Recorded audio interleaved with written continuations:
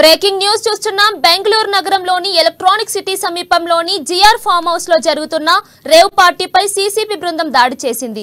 ఈ తెల్లవారుజామున 3 గంటలకు సీసీబీ పోలీసులు దాడులు చేయగా దాడిలో పార్టీలో భారీగా డ్రగ్స్ దొరికాయి. ఇక ఈ పార్టీలో కొందరు తెలుగు నటీమణులు కూడా పాల్గొన్నట్టు తెలుస్తోంది. కాన్కార్ యజమాని గోపాల్ రెడ్డికి చెందిన జిఆర్ ఫామ్ హౌస్ లో హైదరాబాద్ కు చెందిన వాసు పార్టీ ఏర్పాటు చేశారు. వాసు బర్త్డే పార్టీ అర్ధరాత్రి 2 గంటల వరకు ముగియలేదు. సమయానికి మించి పార్టీలు చేసుకున్నారు. దీంతో సీసీబీ యాంటీ నార్కోటిక్స్ విభాగం అధికారులు అక్కడ దాడులు నిర్వహించారు.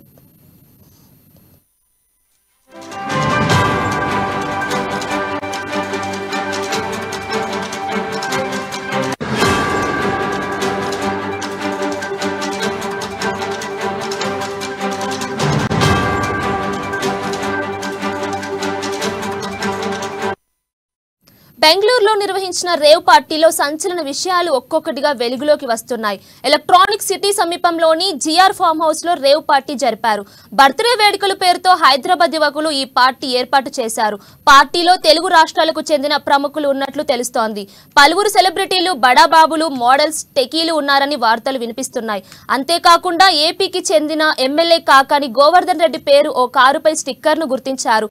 అయితే దీనిపై ఎమ్మెల్యే కాకాని మాత్రం ఆ కారు తనది కాదంటున్నారు. తన పేరుని ఈ కేసులో ఇరికించేందుకు కావాలని వాడుతున్నారని ఎమ్మెల్యే కాకాని ఆరోపించారు.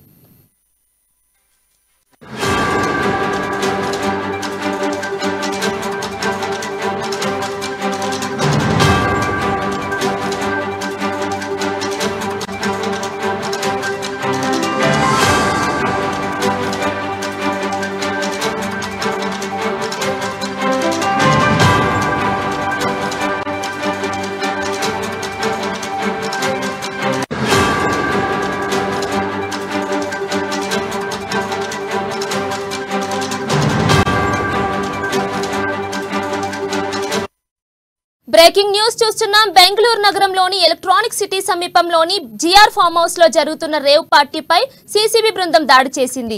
ఈ తెల్లవారుజామున 3 గంటలకు సీసీబీ పోలీసులు దాడులు చేయగా దాడిలో పార్టీలో భారీగా డ్రగ్స్ దొరికాయి.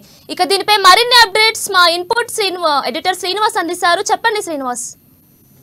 రైట్ కీర్తన, ఏదైతే బెంగళూరులోని ఎలక్ట్రానిక్ సిటీ దగ్గర ఉన్న జిఆర్ ఫామ్ హౌస్ లో ఏదైతే ఈ రోజు తెల్లవారుజామున జరిగిన ఈ నార్కోటిక్స్ రైడ్స్ లో పెద్ద ఎత్తున డ్రగ్స్ తో పాటుగా ఒక 70 నుంచి 90 మందిని అరెస్ట్ చేయడం జరిగింది.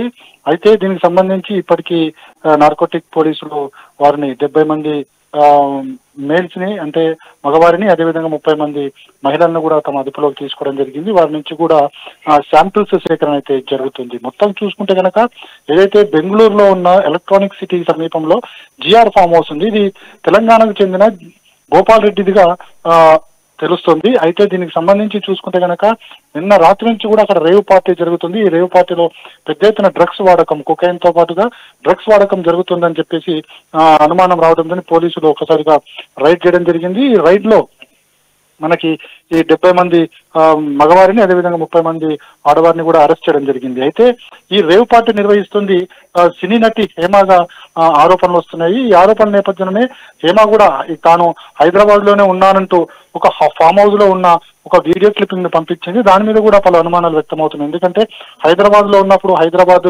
సంబంధించిన మాన్యుమెంట్స్ లాంటివి ఏమన్నా చూపించాలి, కానీ ఒక ఫామ్ హౌస్ వెనక కేవలం గ్రీనరీ మాత్రమే ఉన్న ఒక ఫామ్ హౌస్ లో తాను ఉన్నానంటూ చేసిన ఏదైతే వీడియో క్లిప్పింగ్ ఏదైతే దాని మీద కూడా పలు అనుమానాలు వ్యక్తమవుతున్నాయి. అయితే ఈ కేసుకు సంబంధించి ఎక్కువగా మనకి సినీ నటి హేమ పేరే వినిపిస్తుంది. అయితే దీని మీద పోలీసులు ఇంకా విచారణ జరుపుతున్నారు. అయితే ఇప్పటివరకు ఈ రైడింగ్ లో దాదాపు 15 లగ్జరీ కార్లు కూడా పోలీసులు తమ స్వాధీనం చేసుకోవడం జరిగింది. అదేవిధంగా ఏపీకి సంబంధించిన ఎమ్మెల్యే కాకాని గోవర్ధన్ రెడ్డికి సంబంధించిన ఒక లగ్జరీ కారులో ఆయనకు సంబంధించిన పాస్పోర్ట్ కూడా దొరికిందని చెప్పేసి కూడా తెలుస్తుంది. వీటన్నిటి మీద కూడా నార్కోటిక్ పోలీసులు విచారణ జరుపుతున్నారు. ఎవరినైతే అరెస్ట్ చేయడం జరిగిందో వాళ్ళు 70 మంది మగవాళ్ళు, అదేవిధంగా 30 మంది ఆడవాళ్లకు సంబంధించిన శాంపిల్స్ కూడా సేకరిస్తున్నారు. ఈ సేకరణ తర్వాత వారిని వదిలేస్తారా లేదని ఇంకా తెలియాల్సి ఉంది. అయితే వారిని ముందుగా కోర్టులో ప్రవేశపెడతారని చెప్పేసి కూడా తెలుస్తుంది. వీటన్నిటి మీద కూడా ఇంకా వివరాలు తెలియాల్సి ఉంది Keerthana. Okay, thank you Srinivas.